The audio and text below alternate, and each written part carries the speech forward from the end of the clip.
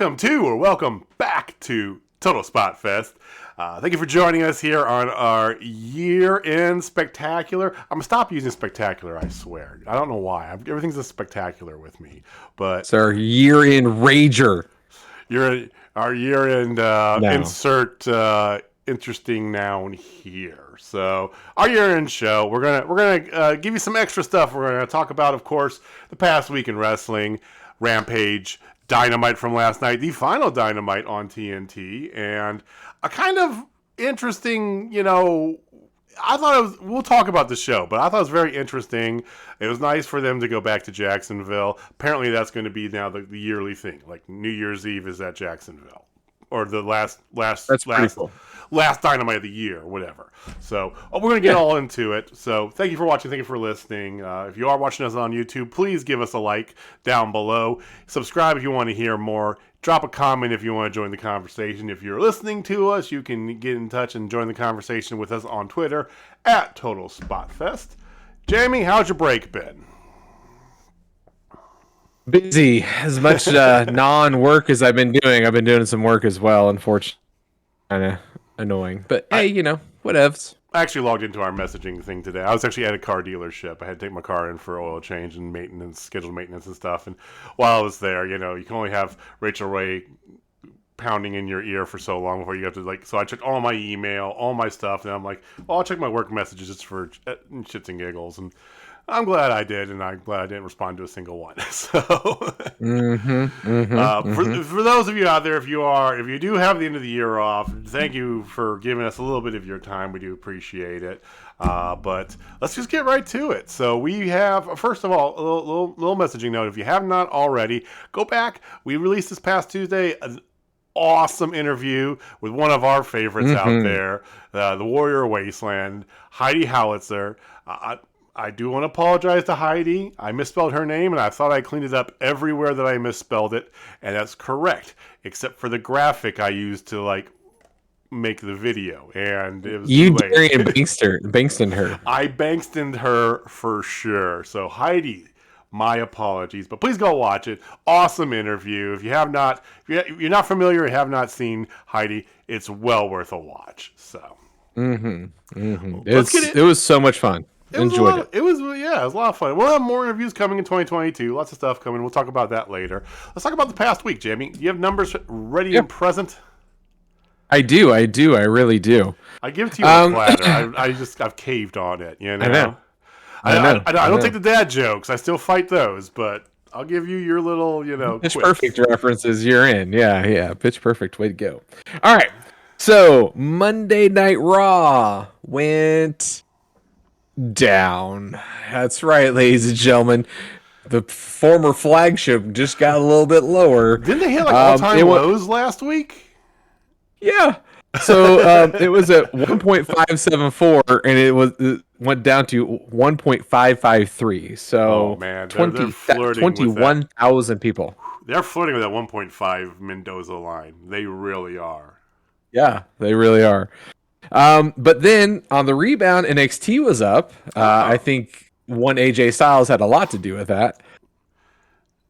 AJ, well, you would hope. Here's the thing. I've seen some highlights. I've seen things. This is a go-home show for New Year's Evil, which is next week's show, I think, is what they're doing. But anyway, New Year's Evil, they did it last year. But it's going to be on the regular time, but it's one of those, not a pay-per-view, but a special show during, their time slot. And AJ Styles is in there. They have, Walter's got a big comeback coming. They have Riddle is with MSK. I mean, they're doing very WWE things, It's like, oh, NXT's doing bad. Let's put in the other names to make it go better, right? Yeah. Well, it worked. So where was it at, though? You didn't say the number. Oh, sorry. It was up from 561 to 591. Oh. So 30,000 people. So basically the people that did not watch Raw watched it. They're off by So there you go. Then somebody returned back to the promised land. And this is on Christmas week. And it was a good show. Like we talked about, it was a pretty solid show. The holiday bash. They Dynamite went from 948 to 1.020 million. Back Hit a mill. million. Hit a mill. And have you seen that they already have a T-shirt out for the Faces of Sting face paint? You know, the three of them. Yeah. Oh yeah. Yep. Sure do. Make a shirt for everything. Sure do. Impact was up as well. Which is barely. Well, they gained me. Oh, you watched? I watched Impact. Well, now that you can, because you have Access TV. I do. I really do. Yeah, they went from 71 to 79,000, so they grew 8,000. Which is interesting because it's day before Christmas Eve, and it was a best of show. Mm-hmm. But hey, up is up, right? It's like when you leave the casino, up is up. So okay. Hey, you're winning, right? Then SmackDown on Christmas Eve did take a dip. Not surprised here at all. Surprising at all. But there is one that is surprising, and we're gonna get to that in just a sec. But SmackDown was down from 2.303 to 1.972.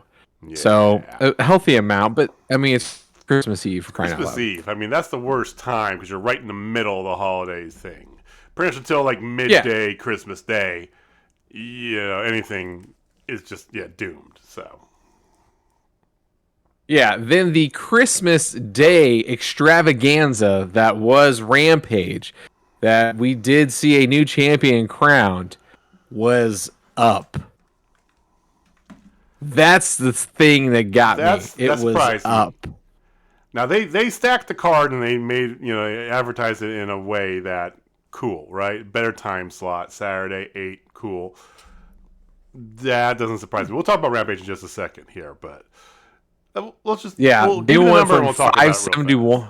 Yeah, they went from 571 to 589, which is $2,000 less than NXT pulled with AJ Styles on a Tuesday night and not on Christmas Day. I mean, just saying, it's very interesting. I mean, I think the moral of the story in all this is, aside from Impact's bad TV deal, which I mean. Anthem owns them. They own Access TV. That's why they're on there. It's not going to change. Yeah. But besides that, Dynamite over 1 million, fantastic, right? They've been trending that way. But the fact that NXT is floundering so much, and now they're digging in, they're doing the WWE thing of like WWE pulls out Goldberg or pulls out the Undertaker, or pulls out John Cena when they need to, sort of thing. Now NXT is now doing that. I mean. I can't remember who it was. If it was Karrion Kross or Keith Lee, one of the recently released ones in some interview this week said that, they've watched some NXT 2.0 and they see it now as just another WWE brand. Whereas before it was different. It was special, right? Yeah, it was its own thing. That's why people liked it, like us. And I think proof's in the pudding. Here's your proof right here. So, but not that it matters. It's not going to change shit, but whatever. Nope. Bruce Pritchard knows all. Bruce Pritchard, it's not just Bruce. Don't Hey, so don't blame it all on him. There's lots of blame to go around for NXT 2.0 being as shit as it has become. I think Vince is selling his house just so he can sink more money into it. His $32 million mansion. Probably. Good God. But Rampage was cool. Did you watch Rampage? I don't know what your Christmas schedule entailed, but mine's usually done by like midday on Christmas Day. I got home, we chilled out. I played a little. I finished Ghost of Tsushima that night, and then I turned on Rampage just in time, literally just in time to watch the Sammy Guevara Codelander match. The Rampage as a whole is pretty solid. Rampages have been pretty solid. They fit a lot into the 1 hour. They make very good use of the 1 hour segment. I will say that. They do. Regardless, Rampage usually does that. Jungle Boy, Isaiah Cassidy, fun match, good match to open up. You had Hook in match 2, looked even better against Bear Bronson. He did the whole Taz family no selling of pile drivers. I know. Twitter was a buzz about it. First of all, a lot of people are buzz. The room was a buzz when he was coming out. He is He's over. He has supplanted. Sorry, Fuego, but he has gone light years beyond Fuego as the most over man in wrestling by far. And what's hilarious, if you guys haven't, go on Twitter and start looking for hook and tags and things like that. And I'm not trying to make this a gender thing or anything of that nature, but there are some women out there that are like hardcore hook simps, and men. But I mean, he's a very pretty young dude. I'll give that to him. He is. But my God, this kid has got a future, and he looks great. And he's suplexing Bear Bronson without struggling. He's got it. He does. I was kind of into it. I'm like, okay, yeah, it's kind of niche. And then I saw him go up against Bear and be the exact same match as he was against Fuego, and better and more move sets. No sell the pile driver, just like his dad did. The red rum does it fantastically. That's how you do a second gen. It really is. It looked good. So you had that. You had a developing women's storyline. How about that? Layla Hirsch and Chris Statlander. They teamed up for a bunch of dark matches, and now they're going one-on-one, and it got pretty testy. It was actually and the crowd was into it too, which I love to see. Because we've been long clamoring more than one women's match, right? Well, they may not be giving you multiple women's matches in each show, but they're giving you plenty of storylines to follow. You got, Sheeta and Deeb is still going on. Thunder Rosa, you got, Britt in several different angles. Ruby's inside the TBS picture. But now you've got Statlander and Layla Hirsch with a thing going on. And they Layla very heel after she lost, she did a very heel, like shoulder turn and left her in the high and dry kind of thing. So it's cool. And then the main event was Sammy Guevara, like you said, versus Codelander. I'm going to start saying it. You got it. Mark Stradamus has come through. I'll give you your stamp. There you go. I'm not the only one who said Codelander now. Like, I've seen it on multiple things. When Tranquilo Club starts saying Codelander, I'm like, okay, it's over. It's there. It is upon us. And the fun fact, Bird Girl did not know where it came from. I'm like, it's Cody and Homelander. And she's like, well, what's Homelander? I'm like, oh my God, you've never seen The Boys? It's like, you guys see The Boys. Watch The Boys. It's fantastic. So anyway, this was a stellar match, and the crowd was very much against Cody. But once again, it didn't feel like I know that at times you want to go like 100% everybody fucking hates Cody, but it wasn't that way.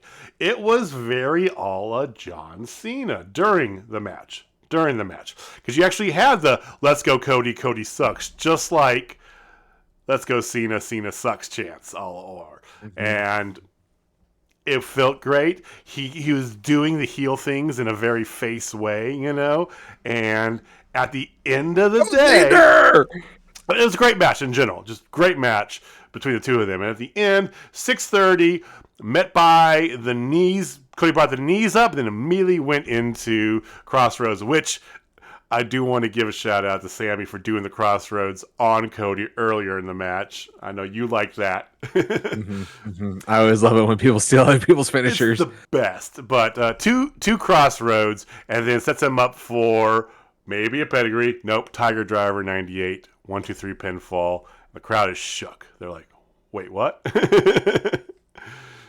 But this makes so much sense. And if you watch the vlogs, Sammy's vlog ended with Cody doing a very Homelander-esque kind of send-off thing, thanking Sammy for giving him his title back and this whole thing. And oh my God, talking about how these kids will be here, and these vlogs are great because it gives you an insight to those guys you see at the in 10, 15 years at conventions. You wonder, what did I know them from? You'll be able to look back and have a good dialogue history of the funny shit they used to do on the internet. Not the wrestling work, but the stuff. I mean, he's just like he's in it. So yeah, which he has a new shirt that even says heel, baby face, and then winner, and that's checked. It's like, thank you. Codelander's upon us. So anyway, that was Rampage. Before we get into talk about Dynamite, the New Year's Smash, as opposed to the Holiday Bash, stop it. Just stop it with all these extra things. It's like too many extras. It's just like, come on, it's just a fucking whatever. Rant over. There are some news and goings on around there. One story happened yesterday, which took us both by surprise. Jamie, do you want to talk about that one? You mean one Miss Tony Storm? That would be the story. So if you have not been living under a rock, you already know what we're getting ready to say. But if you happen to not look on the Twitters, one, good for you because it's a toxic environment. But Miss Tony Storm has been released from WWE. But the fun fact about this is she actually asked for her release and was granted her release, which is the shocker of them all because as we all know, WWE was never a big fan of giving people a release when they asked for it. So it took Charlotte like going in there and threatening her, like boycotting, live performances for Vince to grant Andrade his release. So, hey, Nick Khan's maybe running a new ship. Who knows? But I'm not gonna lie. Part of me, literally, like a week ago, was thinking about, whatever happened to Toni Storm? She was released, wasn't she? And I googled her and looked it up, and it's like, oh no, she's still on there. She's actually feuding with Charlotte. Like, she's in the middle of a feud with the SmackDown Women's Champion. And even at that, she's like, fuck this, I can do better. Yeah. She's not going to win. She's not going to beat Charlotte anytime. So, I mean... No, that's the point. That's probably what she's like, why am I even doing this? They're never going to take the belt off of her. Do you think that's the big point? Or do you think maybe she has plans, like... Because she's engaged to... what's his face? From... the guy from Vengeance. Juice Robinson. Thank you. Yeah, Juice. Yeah. Yeah. Is it Finn or Juice? It's Juice. I had to think about it for a second. She's engaged to Juice Robinson, and he's got apparently a bidding war up for him. Impact's in play. New Japan's in play. I don't know if AEW's in play or not, but I mean, do you think maybe that has something to do with it? That maybe she wants to kind of go where he goes?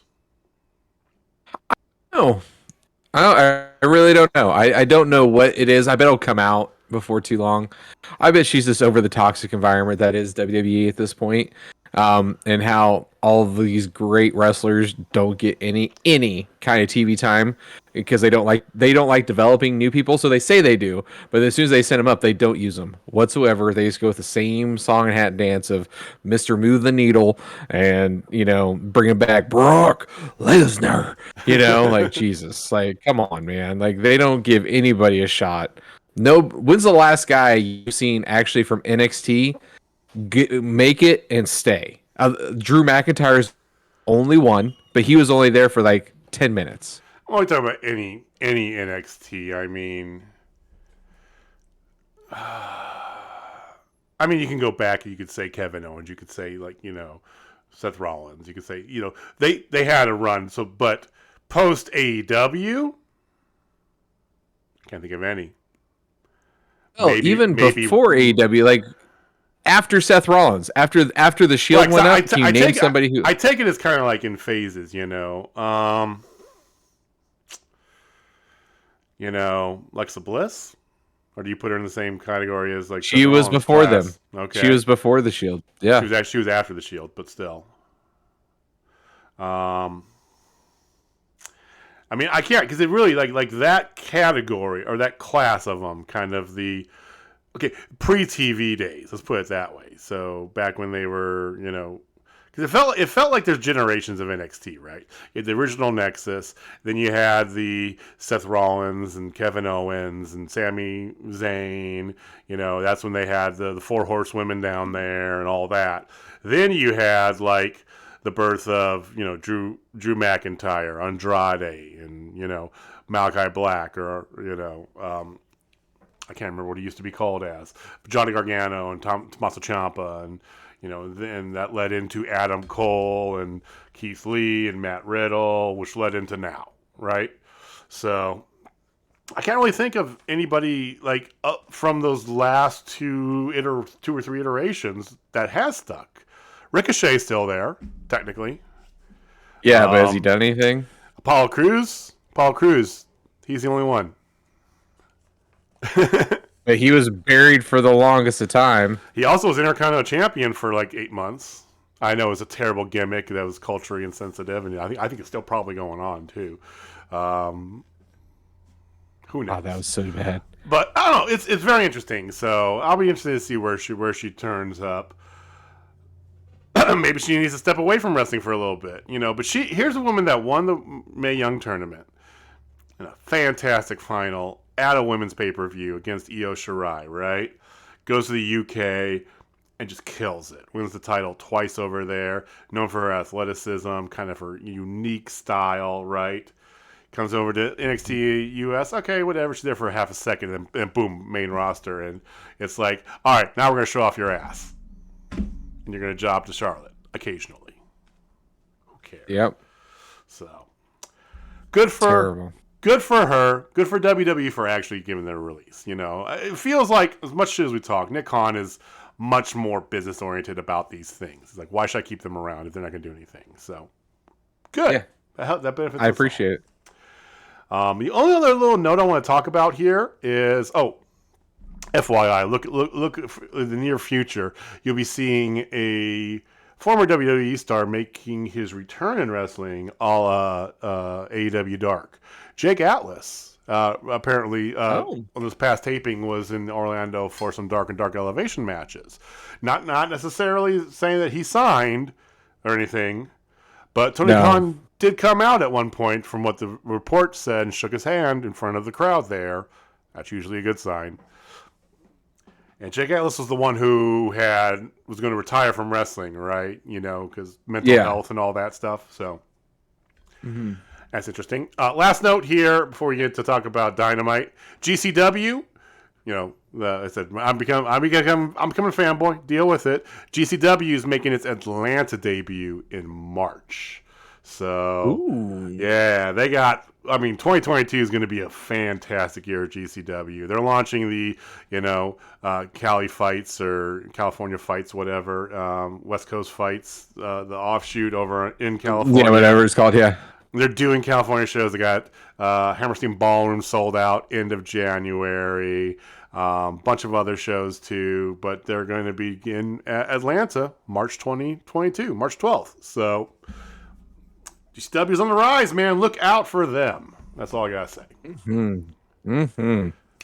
All right, so let's talk about last night before we get into the year that was 2021. Let's talk about Dynamite. Talk about Dynamite New Year's Smash. Yeah, New Year's Smash. It ended with a smash for sure. That match was great. The first match was pretty good. Then there were some other matches. Yep. There was one match that just felt kind of discombobulated, but then it ended strong. Run through the card first, then we'll talk about bits. Okay, so they open it up with Jurassic Express, said it correctly this time, with Christian Cage and the Lucha Brothers versus FTR, Private Party, and one Matt Hardy. Also, hashtag this is New Year's Smash, but it should be called New Year's Heels. Just saying. All right, so that was the first match. We'll run through some of these, but FTR, Private Party, and Matt Hardy get the dub there. Very, very odd there. I was not expecting that. Then after that, you had match 2 of 2.0 and Daniel Garcia versus Eddie Kingston and Santana and Ortiz. Again, and a bit of a shocker, 2.0 and Daniel Garcia get the win. But there is some extra stuff I want to talk about after this when we get done with this. The third match was just Wardlow just beating the shit out of local competitor number 32. Colin Delaney. I wrote down his name. Colin Delaney. Give him the... Hey, you were on TV, Colin Delaney. Then we had the TBS Women's Championship Tournament semifinals, and I'm going to give a big, ginormous shout out to one JJ for calling this one out correctly. He got this right. And Jade Cargill advances with some shenanigans that I definitely want to talk about, the shenanigans that happened. Putting a pin there, but yes, please give it up to me. I get a Mark Stradamus too. Bam! There we go. Yep. All right. And then they end with Adam Cole and the reformation of Red Dragon coming out to Red Dragon theme music, by the way, with a Red Dragon graphic. With a Red Dragon graphic. It was all Red Dragoned out. Against the Best Friends and Orange Cassidy. And again, Red Dragon and Adam Cole win. So if you were paying attention, all heels won. Bad guys won. Bad guys won throughout the whole thing. Before we get into talking about the individual ones, I just want to make one little note here. How poetic is it that the final final Dynamite on TNT, final match is with the Undisputed Era, who Dynamite and NXT, that was the feud. Very ironic, I just found the whole thing, and yeah, I'm sure we're going to run into those moments here over the next several months quite a bit, but anyway. Yeah. Where do you want to start? I want to start at the women's match. Let's start with the women's match because not only me being right, interesting thing. So, match first. First of all, Thunder Rosa comes out with X23 garb. I loved it. The other thing that got me about it too, her hair was completely straight and nothing was up. That was the other piece about it. Like her hair was just completely straight, and like she had a flattened, flat ironed. And I just noticed that instantly because usually she has it in her wavy, natural curly look, or it has like the little piggy tail thingies that she rocks. The flower things. Yeah, or she has some kind of tied. Yeah, no, it was just straight, and then she looked like X23. I really appreciate it. Yeah, the match itself though, it was okay. Thunder Rosa, she had extra KT tape on, kinetic tape on. I don't know if she got banged up at her last Mission Pro show or what, but she didn't look at herself in the match. She was not moving around very well. No, she had I thought running the ropes. It was walking the ropes. She was walking the ropes. Yeah. So usually we give criticism to Jade Cargill when matches look kind of this, and there's still a little bit of that, sure, right? But I don't know. Jade actually looked phenomenal. Thunder just looked off, and she looked, and because of all the extra tape she was wearing on, it looked like she's obviously injured, right? Does anyone else see this? She's obviously injured.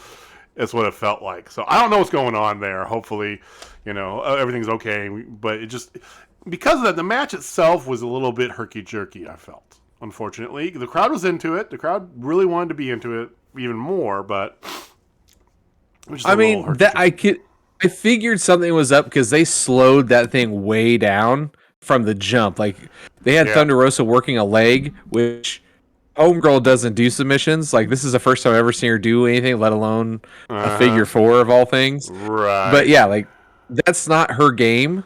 And like you could tell, you're right. Like there was something off about her. But I do want to spotlight Jade Cargill because she sold the shit out of the leg. She did a great job. She's consistent with it too. Didn't switch legs and bullshit, which sometimes happens. Yeah. Oh shit, which leg is it again? Yeah. Right. No. But the one thing that I do want to call, she did a Samoan drop to Thunder Rosa and did a kip up directly from the Samoan drop, basically right off of Thunder Rosa, and it looked stunning. Like I've never seen anybody do anything like that before, and that just looked amazing. Like it just again reaffirms that she is a freak of nature, and wow, like there was a lot of good in this. But I feel like if we had 100% Rosa, it would have been a banger match, and it just was not. I think Cargill's elevated her game. She is so much better than originally she was on there. She's got the experience now going on. I feel like once again, it's just unfortunate. Rosa's a little banged up, so hopefully, hopefully everything works out. But the culmination came, like you said, so. After a figure four by Thunder Rosa, Cargo gets out of it, and then smart Mark Sterling gets a bottle of water and gives it to Jade over at ringside. And that draws the of the ref. I can't remember which one it was. Bryce Remsburg. That draws the ire of the ref. So I can't remember. I think it was Rendsburg. It doesn't matter. But the ref comes over, Yeah. and he's like chomping at Mark, and Mark gets on the apron. So you know shenanigans going to happen. And here comes somebody out in the crowd in like an AEW hoodie with an AEW face mask, and kind of whatever, and smacks Rosa over the head with something, which leads to Jay doing her finisher. 1, 2, 3 gets a victory, right? And then I thought it was Jamie Hayter. I thought it was Jamie I Hayter. thought it was Britt Baker. I thought it was like wiping around Britt's the bush. on her way to go see Chelsea Green getting married, so That's she a good wasn't point. available. I totally forgot about that. Congratulations, Chelsea and Matt, by the way. So, but they've got her pretty entrenched in this, Britt that is, in her feud, in her upcoming match, because they're selling it big for the January 8th show, the first Saturday Night Fight special show they're doing on TNT in Charlotte, Britt versus Riho. So they got her kind of entrenched in that, and it wasn't Jamie Hayter or Rebel or Britt. It was none other than Mercedes Martinez,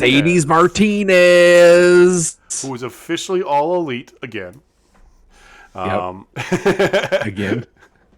She was one of the initial ones. Although I don't know if she was ever officially All Elite before, but she wasn't ever official then. Because they were working on something. Of course, NXT offered her gobs of money. And then bye-bye. Well, gobs of money and a long-term plan of being a trainer after her wrestling and whatever. We're not going down that path again. But yeah, Mercedes Martinez, who appears to be a purchased hired gun via Mark Sterling and his entourage of badass women, maybe to protect Jade, is what it felt like, and what they were insinuating the commentary team was. Yeah, because they didn't quite know, and I kind of hope that's the way, because Britt Baker doesn't need another person. Yeah, I like Smart Mark building up something, because then that makes that Ruby Soho, Jade Cargill TBS match a lot more dynamic, and who's going to have Ruby's back? I think it's going to end up being Thunder. I think it's going to be Rosa there. It's got to be Thunder, yeah. So we'll see. Do you have early predictions about the TBS title match next week? Oh, no. I bid Ruby Soho, though. I think Ruby for sure. I think that it'll come down that way, that Thunder will make the save in time on the shenanigans. But Mercedes Martinez, maybe. I think that was because Tony Khan was saying he's got one final surprise. I think that was the final surprise. So I was hoping for something more, but yeah. Well, I know what you were looking for, but the magnitude of things you're looking for. No, not for a Jacksonville New Year's Eve show. Sorry. No, I agree. I think it's going to be at a much grander stage. Revolution. I think that's when I hear a coin drop. Yeah. Well, I'm still like you. I'm pessimistic about that coin drop coming too soon. First of all, we got to have Kenny Omega back before we get the coin drop. I'm just saying. I don't think he does. I don't think he comes over here for anybody else. I don't think he does. Who? Hangman or Adam Danielson? Adam Cole. I hear you, and I'm all for it. I don't think he is, though. I think in his head, it's Omega first, and then everybody else second. I think he's like, I've already done Omega. I want Adam Cole, I want Hangman, and I want Bryan Danielson. I want those three, and I'm like, I'm here for it, all three of them. I'm trying to think like from his perspective of what I think his perspective is. And I think that he thinks maybe Danielson up there too, but I don't know if he would put. We'll have to see. But anyway, I think at Revolution we'll get Gargano is what I guess for sure. I don't think so. You think he's going to go back to WWE? Yeah. He turned him down. He's apparently mulling over. The report I read yesterday was he's mulling over talks with AEW. Is the thing. He did officially turn down a pretty good contract with WWE right after his contract expired, that week after. They gave him another shot and he turned them down again. But I don't know. There's some people who think he's going to show up in Cleveland in the end of January, and I'm like, he said he's going to take time off for his kid to be born, and that's in February. Yeah. March lines up perfectly. It's all I'm saying. We'll see. I would think it would be the next one. I think it would be Memorial Day. You think when it'd he shows be up. Double or nothing. If anything, double or nothing. Well, we'll have to see what happens. Other bits of the night. We're saving the main event for last. So yeah, because that main event was a bop. So can we talk about the weird ass promo CM Punk did? Because I'm confused by it. Yeah, because he's like, I'm done with MJF because MJF says he's done with me, but if he he's gonna have to go through me because it's basically about how he wants the title. He's more or less lined himself up for title, right? He's like, that's what I'm here for. I want this. First of all, he comes out and does all the face things. He gives a big pop to JR. Shout out to JR. JR was back. Lots of JR love. JR confirmed on Twitter before the show as well that he's officially cancer free too. So yeah. Double win there, yeah.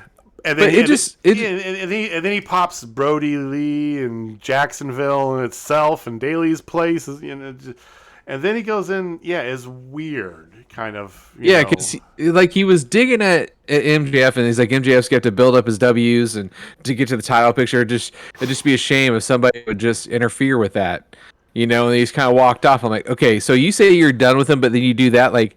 We all know you guys aren't done. Like, What was the point of this promo? Like, I didn't get the point of it. Because if you're gonna sell it like I'm done with you, I'm moving on. Cool, leave it at that. Don't have him then turn around and dig and go say, you're a bigger waste of the Khan's money than Tim Tebow. Immediately after you say that, I did appreciate that. I loved it a lot. But that's the thing. You do the dig right after you say you don't care anymore, and these two things don't match.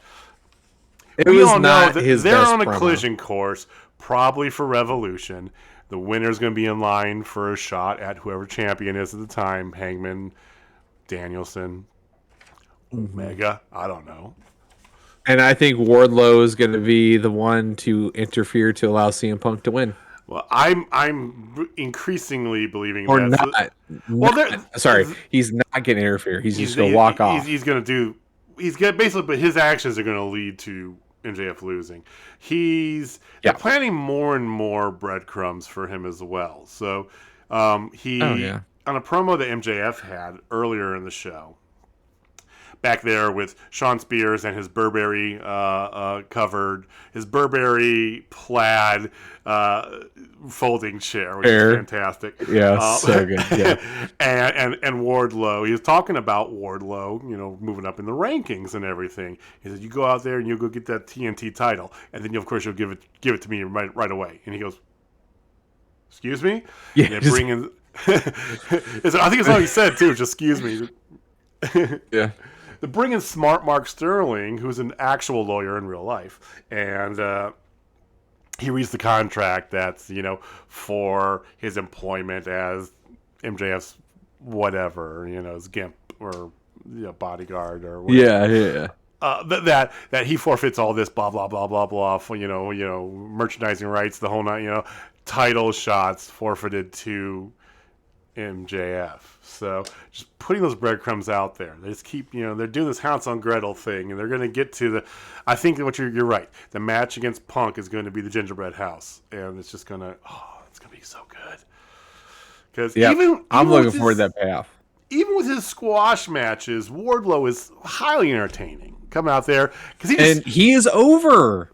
I mean, he does like when Braun on the version 1 before he got like buried post Roman Reigns, he did that. He would just do he just power bombs the living shit, and each one that passes, the crowd gets more amped for it, and I love it. Yeah, like they kept going one more time. He ended up doing I think 5. He did 5 power bombs, and one of them was right in a row. It was like boom, and he just wrapped it up and right another one. Everybody's like, yeah. He did one to begin with, but he did like 4 in a row with the stand on it, and to get the victory. So, but come on, baby, yeah, come on, baby.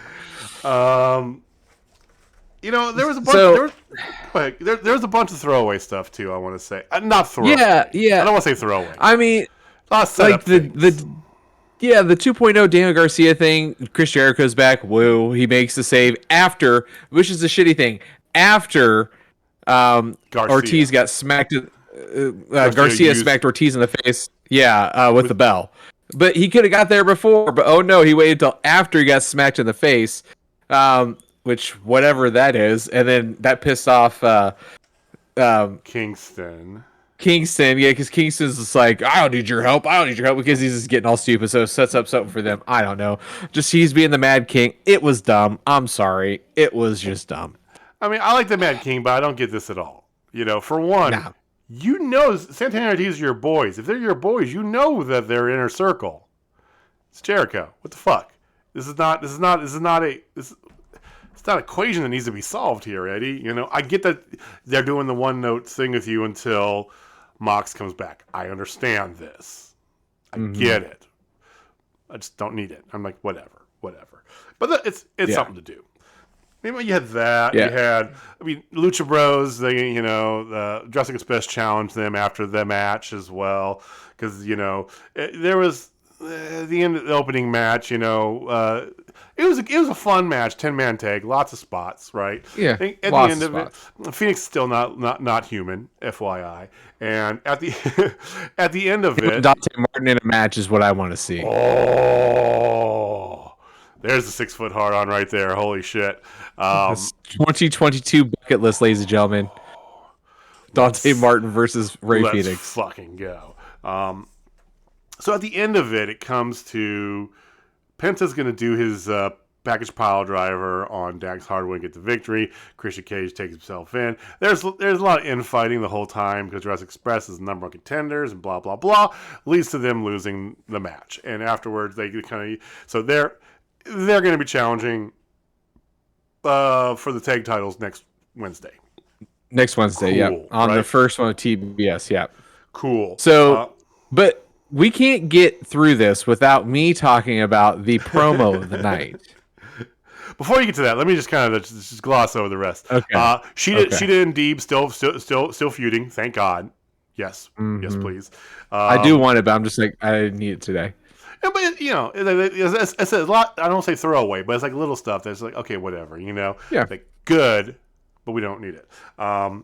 You had Brian Pillman Jr. come out there and kind of pretty good promo in the ring against Malakai Black.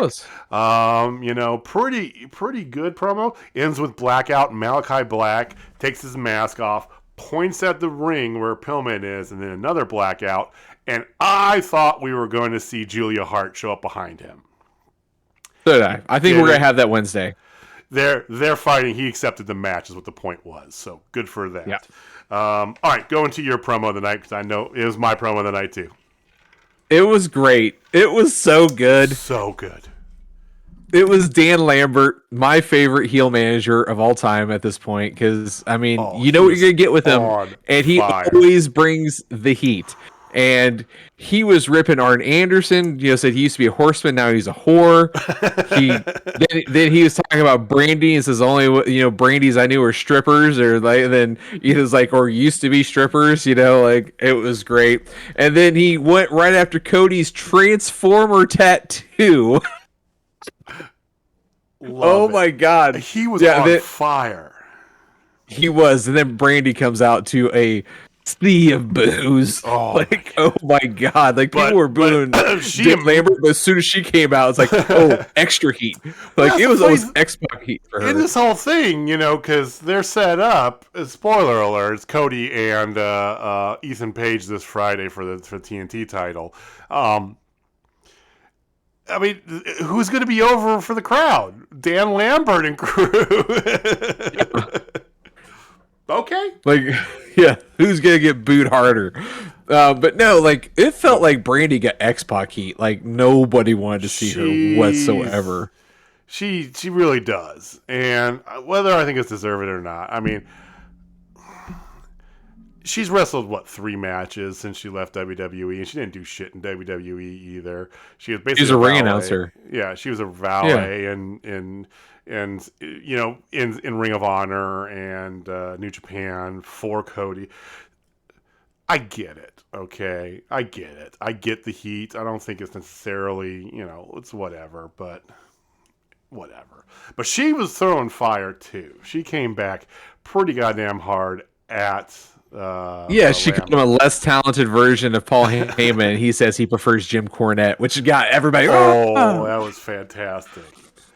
It was pretty good. The last time he got beat up by a woman, he had to pay for it. It was so good. And then he's like, "Well, I'm a black belt in jiu-jitsu and all this." And she's like, "Well, I'm a black bitch." And it's like, "Let's go." Like, and then they start getting ready to go. But I'm a black bitch. Let's go. And I'm like, holy shit! Like for what's worse, she can spit fire on the mic too. She can. Yeah, then Dustin Rhodes comes out and like trying to separate him, and then Ethan Page just straight cold cocks Dustin Rhodes right in the face, and then they walk out. There you go. That was the setup. But it was a great promo. If you have not watched Dynamite, do yourself a favor. Just watch that and the last match, and you'll be happy. So you got Codelander versus Ethan Page on Friday. You've also got Darby Allin versus Anthony Bowens. Good for Anthony, getting a little more exposure. Claimed as well. They're definitely off of the shit list. But so there's good stuff there. Well deserved. And then you got the match that I'm very highly entertained to see. Penelope Ford and the Bunny versus Ty J in a street fight. Yeah. Let's see what we got here, I want to see that. Yeah, I do want to see that as well. So, do we just want to get right into the? That's all we got left. Let's go in the main event. That's all we got left. Oh my god! It had everything you wanted and then some. Like it had all the spots. It had the Undisputed Era, just old school goodness. The entrance was fantastic. It started with Red Dragon, then Adam Cole. They had the same poses for the Boom and the Bebe. And earlier in the night, there was a promo where, and we mentioned this last week, and it's if you haven't been following along with being the leader and the other stuff too, it's like this is kind of like CM Punk's debut. This is going to be the second worst kept secret in AEW history, the fallout of the Bucks and Adam Cole, right? So they did a promo earlier where Adam Cole's trying to sell everybody on how great this is, the five of us, and so all this stuff here, and the Bucks are all like, whoa, what? We have hi, nice to meet you, Kyle. We haven't even heard you talk since you showed up, and he goes, hi, Matt, hi, Nick. I know it's been a while because they have, they know each other from back in the day, right? And he goes, I need to talk to Adam. I prefer to talk to him. I need to talk to him alone. So he shoots everybody off, right? And they connect the dots of the fallout that the Undisputed Era had in NXT without explicitly saying it. He even says, I know there might be some heat between us or some things we need to work out, whatever. I just need to know that I know if I turn around, Bobby's got my back. I want to know if I turn around the other shoulder, you got my back as well. I just don't know. So they're setting up all these things, but the big, like I said, they actually kind of address to it, which plays into the match, is why I wanted to mention that. So, okay. Yeah, they played right into the match. I mean, there's a lot of good, in and out of this thing. It just, I can't even, there was just spots everywhere. Spot. And they looked crisp and they looked beautiful. The tag team maneuvers by both teams were stunning. Yep. It was. Kyle was a little rusty, to be honest. Of the six, Kyle was probably the little rustiest. He's just got back into regular wrestling. He's had a little time off. Yeah, but Trent wrestling professionals. Yeah, Trent looked fantastic. Orange was on fire. Oh my God, Cassidy was just prime Orange Cassidy. He looked great. There was a lot. So towards the end of the match, there was a spot where Kyle O'Reilly and Orange Cassidy were in the ring, and Adam Page was on the outside, and he's just kind of hunched over because he's Adam Cole. Sorry, just getting shit kicked out of him. Adam Page was not present tonight. Sorry, Adam Cole. Adam Cole. Too many Adams. Too many pages and too many, But anyway, so Adam Cole's there. Yeah. So Adam Cole's out there, and Kyle O'Reilly goes to on the apron, goes to kick Orange Cassidy. Orange Cassidy gets out of the way, and Kyle O'Reilly kicks Adam Cole in the face. So knocks him off of the apron. Right. And that's the last we see of him during the match. He falls off and he's done. Well, then the Bucks come out because the referee was distracted by Brandon Cutler, you know, the worst young boy of all Douche number time. one. Oh my god. Yeah, they so those two go in there. They super kick both the best friends, and then they get everybody out. Cole's out obviously, so it's the Red Dragon do a finisher 1, 2, 3. They get the dub, and then afterwards there was a little infighting between the two. Well, afterwards, immediately, so they come out, they help get the victory, and then in the ring, they raise the hand. Cole and O'Reilly are hands raised, but the Bucks and Cutler have immediately gone to Cole, and you can see Matt keeps telling him that it was Kyle O'Reilly kicked you. It's Kyle. He did that. He kicked you. He's why your face hurts. It's him. He keeps that seed which they planted and have grown, and they addressed earlier in the night. They're watering it now. So yeah, I think I'm gonna say Revolution. You have Bucks versus Red Dragon for the Adam Cole on a pole match. the rights to Adam Cole. Who wins Adam Cole's heart? Right. Special guest referee Britt Baker. No. Yeah. I think that to me sounds like a Revolution match.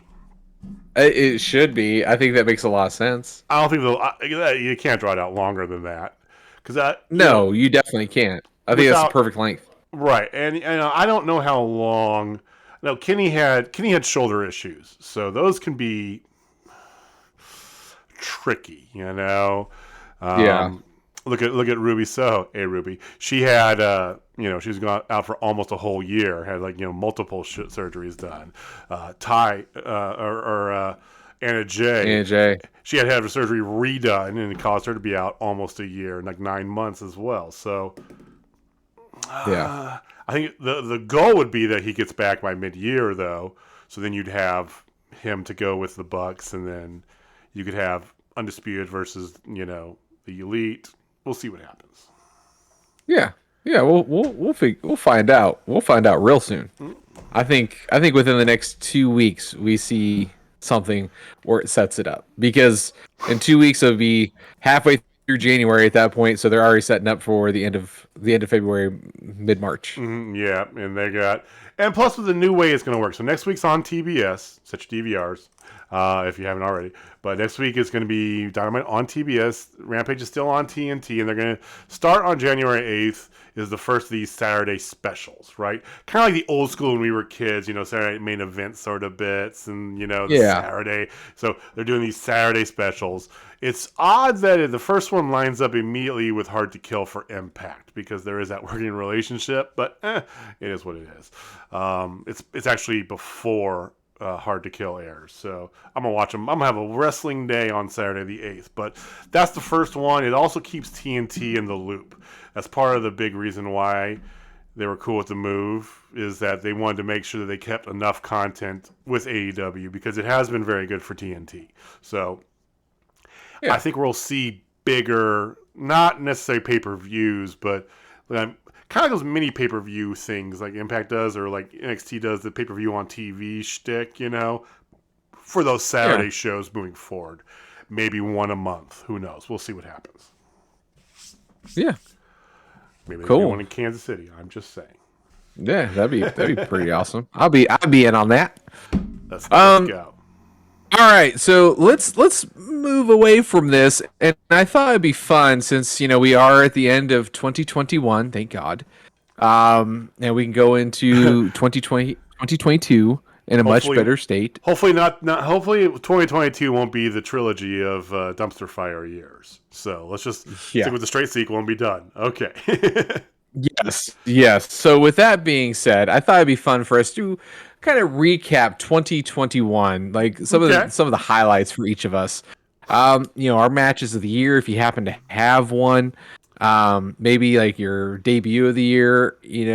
Obviously the easy one is CM Punk, but like if you had something else, so you're like, ooh, that was just a big time thing that I did not expect on either side of the aisle. But I'm just trying to think, like, what are some of the big highlights for 2021 that you had? Okay, well, let's start off with probably the simplest one, because 2021 was the debut of your favorite wrestling podcast, Total Spotfest Wrestling Podcast. We are coming up on our first anniversary, February. So it was right after the Royal Rumble last year is when we did our first episode. Jamie, myself, and at the time we had young boy Nick with us as well, who had other things going on, and couldn't make it fit and work, and it is what it is. It worked out better for all of us, kind of this way. We still love us some Nick, but the three of us got together, and we're like, let's just fucking do it. So there's maybe you weren't suspecting that, but that would be my debut of the year. It would be us debuting in the scene. And I know we've grown quite a bit. Like, I remember the first couple episodes, we were happy when we had like 5 viewers. Like, ooh, we got 5 people. Yeah. So we're just trying to grow still. So, if you know anybody who likes wrestling, just have them listen to us. And if they like us, give us a like and subscribe. I know that. Everything. I know we've gone through some growing pains, some self-inflicted technical wounds. Let me say it that way. There, trying to. I'm a fidgeter, and it doesn't help that I changed computer systems midway through this, so I had to relearn everything twice over. But thank you for sticking with us. But there was that. I mean, but also beginning of the year, we actually focused quite a bit on a lot more than just AEW. We did Impact and New Japan like we still do, but I did a lot of WWE watching as well. Yeah, I loved it. I loved it. I'm so happy I did. You watched some of it before WrestleMania. Yeah. Oh yeah. Yeah, I did. And then the Monday after WrestleMania, I was like, nope, fucking done with this. Terrible.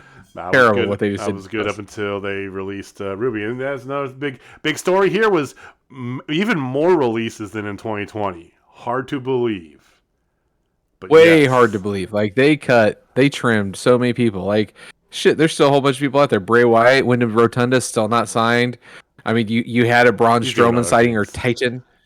Yeah, he's been around a little bit, but not a ton. I mean, and besides that, you had Ring of Honor folded or is reorganizing. Excuse me, reorganizing, and then honestly, the meteoric rise of GCW this year.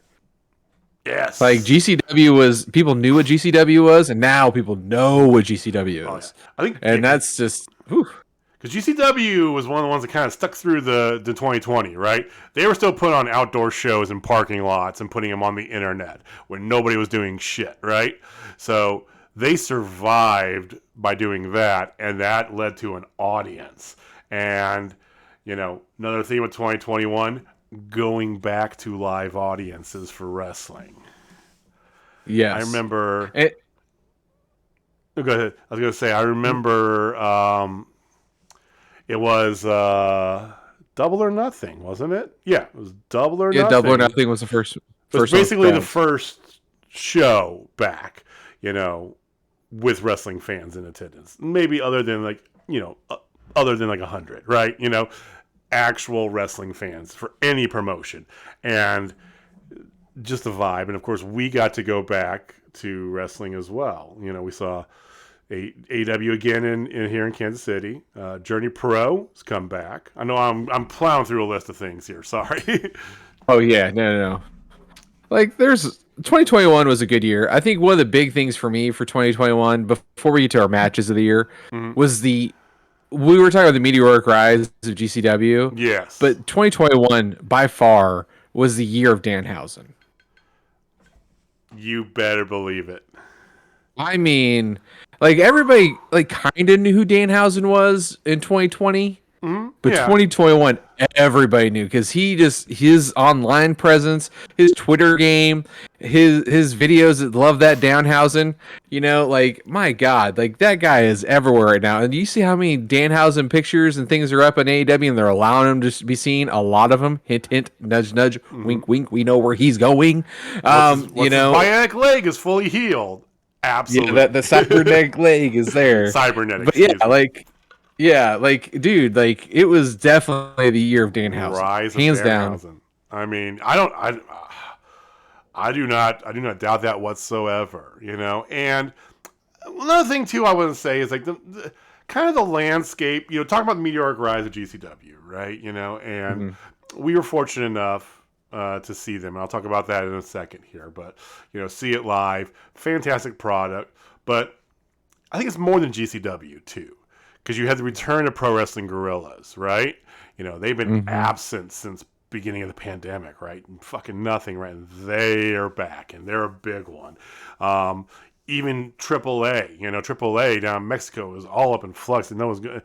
And then Triple Mania, the first one they had this year, was fantastic. The last one was a little helter skelter, but still, Triple Mania's back.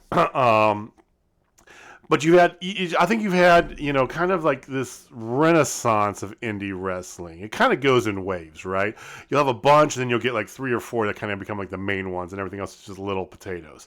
And then you get a bunch, and I think you've got that point. You've got Jonathan Gresham's new promotion down in Atlanta, Terminus, is putting on a monster show in January. And Journey Pro, our local promotion, doing great things. St. Louis Anarchy, you got Zello Pro, Freelance, AAW, Thunder Rosa and Mission Pro Wrestling. Up in the Northwest, there's some great promotions. There's Fest It's like Wrestling. the '90s and alternative music, like I said before. There's a ton of great options out there with companies, AEW, Impact, New Japan, that are very open to letting their stars go. Hey, whatever. As long as you meet our requirements, I don't give a shit what you do the rest of your time. You've got things like Alex Shelley versus Ruby Soho, right? You've got, Masha Slamovich going out there and doing death matches one night and then be on Impact the next. And it's just, so you have this ability to have this kind of, like you said, in the 90s, it's this just cornucopia smorgasbord of wrestling flavors, which is what I really am really excited to see what 2022 takes that to, right? Yeah, like it's '90s music, like Nirvana and all them. Like they started it. Next thing you know, you got sneaker pimps on the same radio as NSYNC and all this stuff. It's like, what the hell? Like this is all over the place. And Marilyn Manson sprinkled in there. Like, what is all this? And then here's Korn, like the hard, you get some harder shit in there. Then you have the new Radicals, and it just goes all over the place, And I feel like that's where we are with wrestling. Like you have all these different flavors, and they're all meshing together. And we as wrestling fans are loving life, Mm-hmm. Hell, for 2021, one of the things that I've never done before my whole entire life was take a trip solely about wrestling. That was huge. Either. Like we went to Chicago. I've never gone out of my local circle to go to a wrestling show. If it was within like an X drive, cool, we'll do it, right? It's like, that's too far, I can't do it. We took PTO, time away from work and families, and your family, and drove up and did a full fucking weekend of just you and me and wrestling. Let's go. And yeah, we saw a lot of wrestling too. We saw a lot of wrestling. We saw a lot of wrestling related stuff. Mm-hmm. Got to go to Pro Wrestling Tees before they have closed their retail doors now, unfortunately, but we got to do that. You got to break your diet in a spectacular fashion. Yes, Italian beefs and deep dish pizza. Amazing. Sandwiches and the whole 9 yards. We met Danhausen. All sorts of great stuff. But I think, and then we talked about how we're going to make this a yearly thing, which I'm so happy for too, because we're not the only ones. And I think that's my big takeaway, just like from when we talked about it. And you want go watch our wrap up of the All Out week and that we did. It was fantastic. Us really getting in depth about it. But my takeaway there is still the same thing here, is that show was fantastic, and I'll mention that here in a moment. But even more than that, knowing, because but really knowing and seeing the community that is AEW fans and the markdom that is us wrestling fans was the best part. Like that, I never thought that little barbecue thing before the All Out was going to be as much fun as it was. That was actually one of my most favorite things of the entire weekend. Yeah, I got in a shouting argument with JD Drake over barbecue. which is still going on Twitter. But Of course, because I let things die. We gotta hang out with Colt Cabana. Like literally, he's beside us during the whole. Yeah, we were talking, shoot the shit with him, and really getting to meet and know people that when we go next year, we're gonna be like, hey, it's like, just that. I think that's really what solidified that to me as well. Seeing it firsthand, and I know it takes commitment, but if you have a chance, go to a big pay-per-view like All Out or one of the big pay-per-views like this, and I think that do the extra things. I think next year we've already talked about this, but we're talking about maybe taking a couple extra days off and going a little bit earlier so that we can do more things because. There was all the things. Yeah, we missed a softball tournament. There was another GCW show that we would love to see. There was a Zello Pro show that was going on, a freelance, had a daytime show. Effie's Big Gate Brunch we missed, and other things in and around going on, We didn't even know about some of the things, and it's like, oh, shit, because there's so much happening, The Busted Open, trivia night thing, and, Yeah, the happy hour thing, yeah. So we're going to make it a whole thing. We'll talk about a lot more next year. All right. Absolutely. Give me then. Let's do this. Let's go into some categories. Let's actually do this. So You give me a few of them, but tell me what your match of the year was. Ooh, my match of the year. Give me one, but you kind of like preface it too with a few because there's a ton of great matches this past year. Most of mine matches of the year. Let's do it. Matches of the year. That's better. Okay, so I have 3, and 2 are AEW, 1 is NXT. Okay. So my God, it's so tough. Adam Page, Kenny Omega, just because it was the long payoff and it was such an amazing match. It really was. It was a very good match. The cage match that we saw in person at All Out of Pentagon, Rey Fenix, the Lucha Bros versus the Young Bucks was fucking phenomenal. Oh, it was so glorious.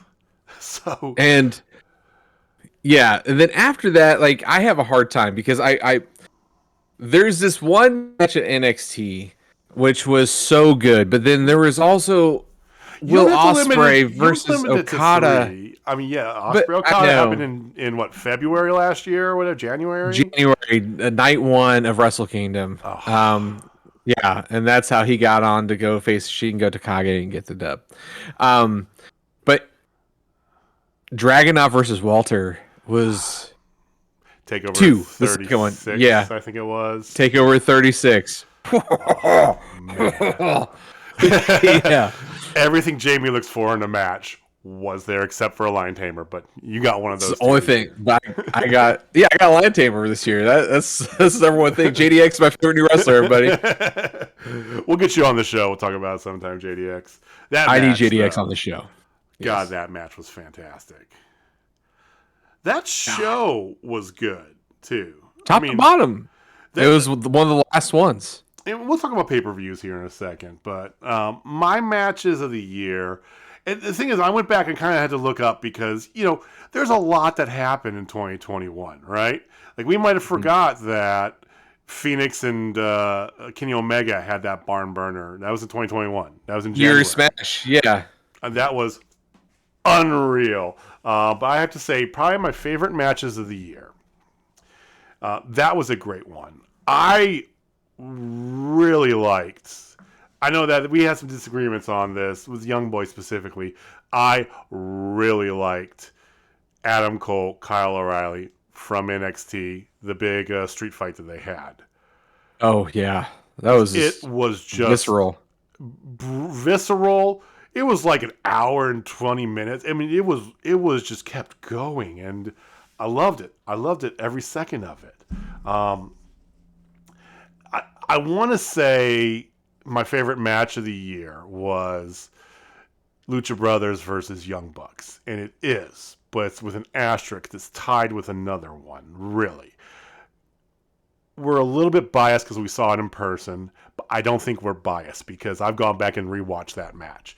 And my God, does that match fuck. It's so good. It is so good, yeah. It's probably the best tag team match I've ever seen in my live. Definitely the best tag team match I've ever seen live. and maybe one of the best tag team matches I've ever seen, and that's saying a lot. Notable omission here is Danielson Omega, the 30-minute draw. I like Danielson versus Page. I thought that was good. I loved Danielson versus that. Everything Danielson's done in AEW deserves a shout out. Danielson, Suzuki. I mean, come on. Danielson, Kingston, you name it, they're good. So many good things. But my one that I'm going to tie with the Lucha Brothers, Young Bucks. Lights Out, Britt Baker, Thunder Rosa. Yeah, that deserves it. If you didn't 100%. Think that the women were a featured thing in AEW, this match should change your mind. And if it doesn't, I want to know what you're on, because it was unbelievable. I don't know if you follow Thunder Rosa. You do follow Thunder Rosa's vlog, don't you, Jamie? Yeah. She had tacos with her latest taco vlog was with Mick Foley. Part 1 was this past week, and they were talking a lot about that because Mick Foley had nothing but praise for Thunder Rosa and Britt and that match. To this day, he'll talk your ear off about it. He's going to talk more about it in her part 2, but that match I felt like didn't get as much praise from some of the critics, Metzger, as it should have. Well, he's a misogynist, so it's fine. He's a misogynist, and he always leans towards New Japan. Like if it happened in Japan, it would be a 17-star match. Yeah, it's like, oh, that's got Ospreay in it. That's at least 6 stars. I mean, it's just like, come on, man, But that, I think, that ties to me. And yes, I know that my 3 favorite matches of the year are all like of a certain ilk, right? They're very bloody, but whatever. Everyone likes their own stuff. There's a ton of other good stuff. Rise of Hook, Dante Martin, right? Yeah. Shit, when Sammy won, Sammy versus Miro. How about that? How about fucking Miro in general? I could go off. Miro and Fuego del Sol. Oh, that was whole thing. Really good. And there was a lot of good stuff in like the first half of the year from NXT as well. A lot of good stuff that they did. Not just Walter had that. You had Gargano. Was it Gargano versus Kushida? Woo, that match. That was a fun one to watch. I still remember that one. So anyway, those are some of my matches of the year. What's next you want to do? No, I think we've already talked about all the other stuff. I mean, I don't know if there's anything all right, left. Let's do this here. One last thing. Pay-per-view. What was the best pay-per-view of the year? I would have to go with the All Out that we were at. You are? Can't. There's nothing else. Well, you after Full Gear, you were very much on that fence of leaning towards Full Gear as being a better pay-per-view. But the staying power of what All Out has given us gets it, because not only did you have one of my matches of the year, our match of the year, collectively our match of the year, because we both said it. So yeah, CM Punk's first match in 7 years, it was a banger. You had Bryan Danielson show up, and you had Adam Cole show up. And you had Ruby Soho debut. And in a great... I mean, and every match, save for maybe the Big Show match, or Paul White match, was a straight banger on that card. Every match. You had Miro versus Kingston. You had... even the buy-in match, which had was it Jurassic Express versus the Hardy Family Office or something like that, and something like that, yeah. I mean, every match was a killer. I know we were a little bit biased as we were there, but I agree with you. I think that match had that whole weekend, not just being there feeling it, but really kind of experience it. It felt like a watershed moment for the company. CM Punk, Danielson, Cole, Ruby, big time, and man, do they deliver! I mean, hell, you had Britt Baker do a Panama Sunrise, or a Pittsburgh Sunrise. I totally forgot about Baker versus Statlander, which is another banger.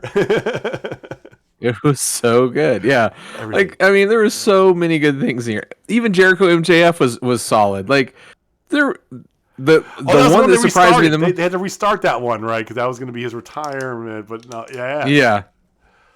And the one that So good. Kenny Omega versus Christian Cage was on that. And Which was a lot better as than you much thought it was going to shit, be. yeah, as much shit as I was giving Christian Cage, he put on a hell of a show. So, I mean, I've loosened the reins on Christian You a really lot have. ever You since really have. he picked up the belt in this day two, and like, no, you don't do that. I still So don't forget it though. I'm with you there. And then last thing I do want to talk about, because I made mention of it briefly, but 2021 brought us back. Journey Pro. Absolutely. Jerry Pro's back. Happy birthday, DJ. DJ just had a birthday yesterday. So Happy if you have birthday. not told DJ happy birthday, do yourself a favor and tell him happy birthday, DJ Stewart. It's at DJ Stewart 816 on the Twitters.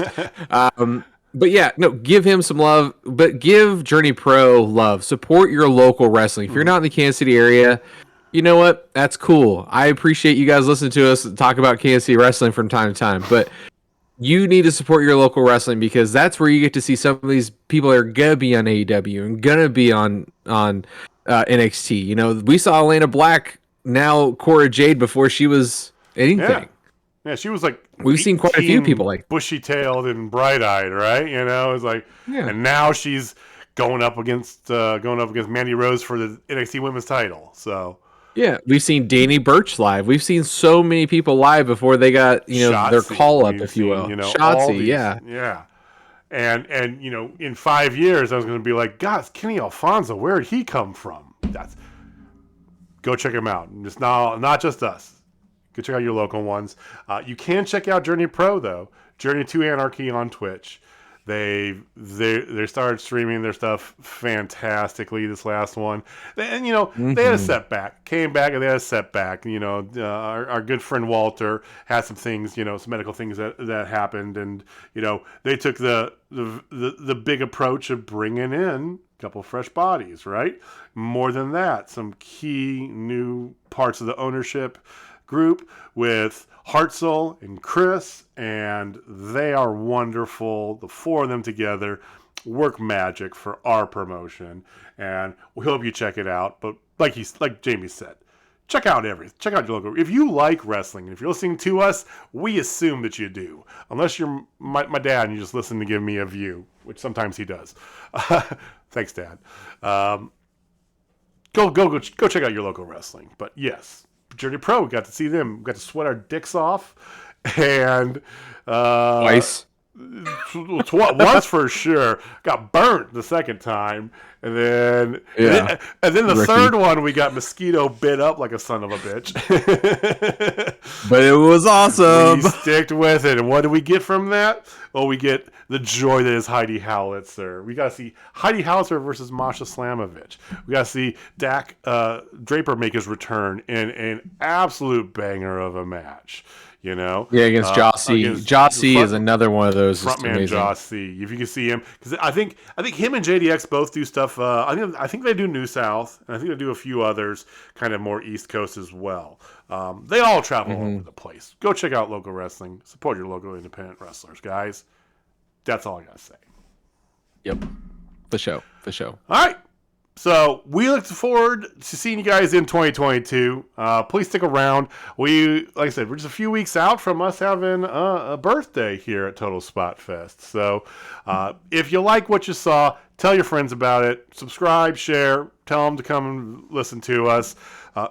If you have not heard our last episode interview with Heidi Howitzer, please give that a listen, and we will be back again next Thursday with your regularly scheduled Spotfest moment. I don't know where I was going with that, but whatever. Spotfest podcast episode. Spotfest episode. So anyway, thank you for watching. Thank you for listening. It is a lot. It is a lot.